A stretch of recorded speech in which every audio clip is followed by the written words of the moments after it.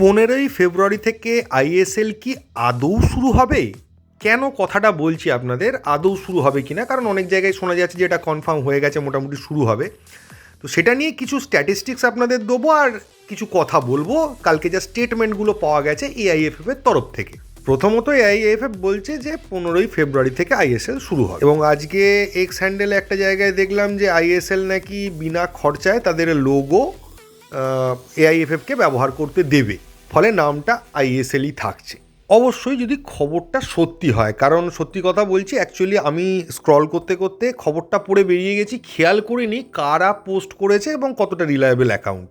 Next হচ্ছে আজকে সমস্ত ক্লাব ফরম্যাটটা ডিসাইড করে জানাবে এআইএফএফকে। এআইএফএফ সেই ফরম্যাটটা পাঠাবে এএফসির কাছে। এএফসি যদি বলে হ্যাঁ এই ফরম্যাটে খেললে তারা এএফসি স্লট দেবে, লিগটাকে মান্যতা দেবে, তাহলে ওই ফরম্যাটটা ফাইনাল হয়ে যাবে। আর যদি এএফসি বলে যে না এই ফরম্যাটে হবে না, মিনিমাম এতগুলো ম্যাচ খেলতে হবে বা এই সমস্ত জায়গায় এই চেঞ্জগুলো করতে হবে, তখন সেক্ষেত্রে হয়তো আবার ফরম্যাট চেঞ্জ করে পাঠানো হবে। তারপর যতক্ষণ না এএফসি থেকে একটা কনফার্মেশন পাওয়া যায় যে এই ফরম্যাটে খেললে হবে। এবার এই খবরটার ব্যাপারটা থেকে ক্লিয়ারলি বোঝা যাচ্ছে যে গতকাল মিটিং হয়েছে, ক্লাবেদের সঙ্গে কথা হয়েছে, তার মানে ক্লাবেদের কাছে ফরম্যাট রেডি করাই আছে, আজকেই পাঠিয়ে দেবে। তা নাহলে আজকে কালকে বললো আর আজকে ফরম্যাট রেডি করে পাঠিয়ে দিল, বিকেলে এএফসিকে মেল করে দিল, এত কিছু হওয়া সম্ভব না। তার মানে আগে থেকে ঠিক করা আছে, এটা ধরে নিতে হবে। আর এআইএফএফ এরকম অনেক কিছু বলে দেয়, কিন্তু কোনো দিক বিচার না করে। কিন্তু এটা বলেনি এই কারণে বোঝা যাচ্ছে যে গতকালের মিটিংয়ে ক্লাবরাও ছিল, এতদিন যে মিটিংগুলো করেছে তাতে ক্লাবের রিপ্রেজেন্টেটিভরাও ছিল, ফলে তাদের সঙ্গে আলোচনা করেই আশা করি এই ইয়েটা দিয়েছে, স্টেটমেন্টটা। এটা তো গেল ফরম্যাটের ব্যাপার। নেক্সট আসছে আপনার টেন্ডার, কমার্শিয়াল পার্টনার। সেটা বলছে 15 তারিখ সকালে প্রকাশিত হবে। 20 বছরেরই এগ্রিমেন্ট, আবার 15 তারিখ বিকেলে টেন্ডার ক্লোজ হয়ে যাবে। তার মানে হচ্ছে যে নিশ্চয়ই সেটাও আগে থেকে সেট করা আছে বা কথাবার্তা বলা আছে, তাহলে সকালে ওপেন হবে আর রাত্রে বন্ধ হয়ে যাবে। এত তাড়াতাড়ি টেন্ডার ক্লোজ হয়ে গেলে যেহেতু লোকে জানতেই মানে সকালে পড়ে বিকেলের মধ্যে কী করে টেন্ডার করবে, সাধারণত পসিবল নয়। তার মানে বোঝা যাচ্ছে যে কেউ একজন কমার্শিয়াল পার্টনার ফিক্স করে রাখা আছে, এবং সেটার দায়িত্ব যদি ক্লাবেরা নিয়ে থাকে বা ক্লাবরা ঠিক করে থাকে তাহলে সেটা এফএসডিএল। আর যদি এআইএফএফ কাউকে ঠিক করে থাকে সেটা বলা বা জানা এখনো পর্যন্ত সম্ভব হয়নি। নেক্সট হচ্ছে কমার্শিয়াল পার্টনার ফাইনাল কথাবার্তা করে সব কিছু সেটেল হয়ে যাবে 31 জানুয়ারির মধ্যে। তা সেটা হতে পারে, কারণ 15 তারিখ টেন্ডার হলেও আর বিকেলে কেউ টেন্ডার তুলে মানে জমা করে দিল, তারপরে তাদের সঙ্গে আলোচনা হবে, ফাইনালাইজেশন হবে, সেগুলো তো হবে, কথাবার্তা চলবে, তার জন্য 15 দিন আছে, এটা লজিক্যাল। এবং 31শে জানুয়ারির মধ্যে সব কিছু ফাইনালাইজড হয়ে গেলে আর আগে থেকে যদি সূচি তৈরি করাই থাকে, ফরম্যাট ঠিক করা থাকে, তাহলে 15ই ফেব্রুয়ারি থেকে আইএসএল শুরু করাটা খুব একটা প্রবলেমের বিষয় হবে না।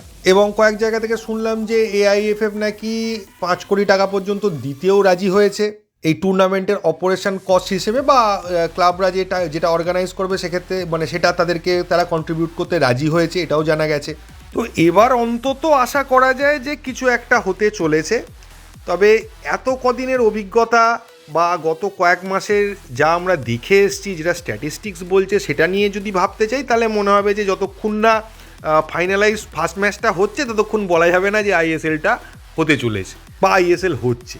তবে বেসিক্যালি বলতে গেলে দেখুন, এবছরের আইএসএলটা কিন্তু ফ্যাক্টর নয়। এবছরের আইএসএল আমরাও জানি এই 2-3 মাসে কি ঘোড়ার ডিমের আইএসএল হবে, ক্লাবেরাও জানে।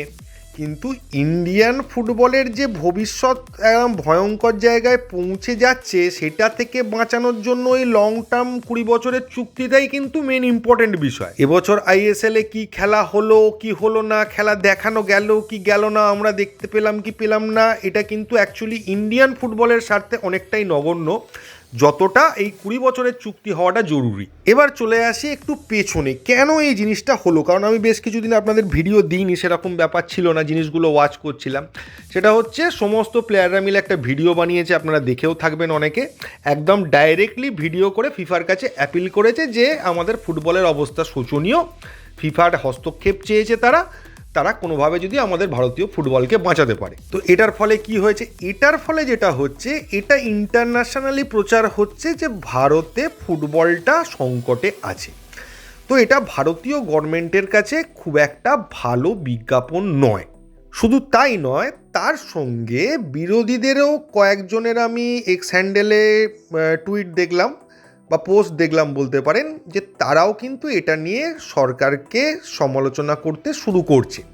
ফলে সরকার বুঝতে পারছে এটা একটা ইস্যু হয়ে যাবে তাদের বিরুদ্ধে টপিক। তো কেন্দ্রীয় সরকার কি করেছে আমি জানি না, কিন্তু কিছু একটা নিশ্চয়ই হয়েছে, হয়তো ক্লাব এদেরও বলেছে, AIFFকেও বলেছে যে কোনোভাবে এটা করতেই হবে, এবং তার ফলশ্রুতি এটা।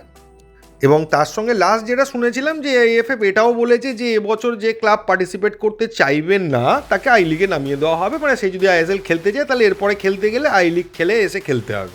কিন্তু সেই জায়গাটা পরে নরম হয়েছে কিনা আমি জানি না, তাই সমস্ত ক্লাবই খেলবে এটা আপনারা ধরে নিতে পারেন। আর যে খেলবে না সেই ক্লাবটা ধরে নেবেন উঠেই গেছে, কেউ আই লিগ খেলে এখানে যারা আছে কেউ আবার আই লিগ খেলে কোয়ালিফাই করতে যাবে না। আর যারা বলেছিল 1 কোটি টাকা দিতে পারবে না তাদেরকে বলা হয়েছে জুন মাসের মানে 26শে জুনের মধ্যে সেই টাকাটা দিতে হবে, এক্ষুনি না দিলেও হবে। আপনাদের বুঝতে পারছি অনেক টাকা খরচ হয়েছে, অনেক লোকসান হয়েছে, তো এটা আমরা একটু এক্সট্রা দিন দিলাম, আপনারা খেলুন এবছর, কিন্তু ওই সময় টাকাটা দিয়ে দিতে হবে। এরপরে তো প্রফিট লসের যে ব্যাপারটা রয়েছে সেই অনুযায়ী টাকা উঠলে প্রফিট হলেই সেই টাকা থেকে ওগুলো আবার মিটিয়ে দেওয়া হবে।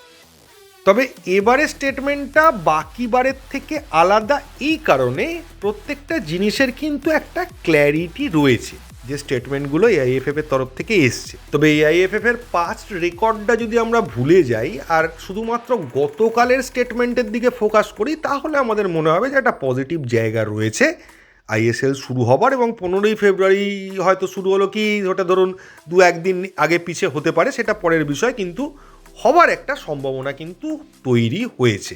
কিন্তু এসবের মধ্যেও সবচেয়ে দুঃখের বিষয় যেটা ফ্যান হিসেবে, যেটা আপনাদেরও মনে হবে আমারও মনে হচ্ছে, সেটা হচ্ছে যে এখনও প্রায় 1 মাস 10 দিন আমাদের ওয়েট করতে হবে আমাদের দেশের ফুটবল খেলাটা বা আমাদের মোহনবাগানের বলুন, আমাদের প্রিয় যার যা পছন্দ সেই ক্লাবগুলোর খেলা দেখাটার জন্য এখনও বেশ কিছুদিন ওয়েট করতে হবে। এবং সেই কারণেই এই খবরটার মধ্যে বা গতকালের স্টেটমেন্ট থেকে অনেক পজিটিভ জিনিস দেখার পরেও আনন্দিত হতে পারছি না। তো এই ভিডিওতে এইটুকুই। থ্যাংক ইউ, ধন্যবাদ এবং জয় মোহনবাগান।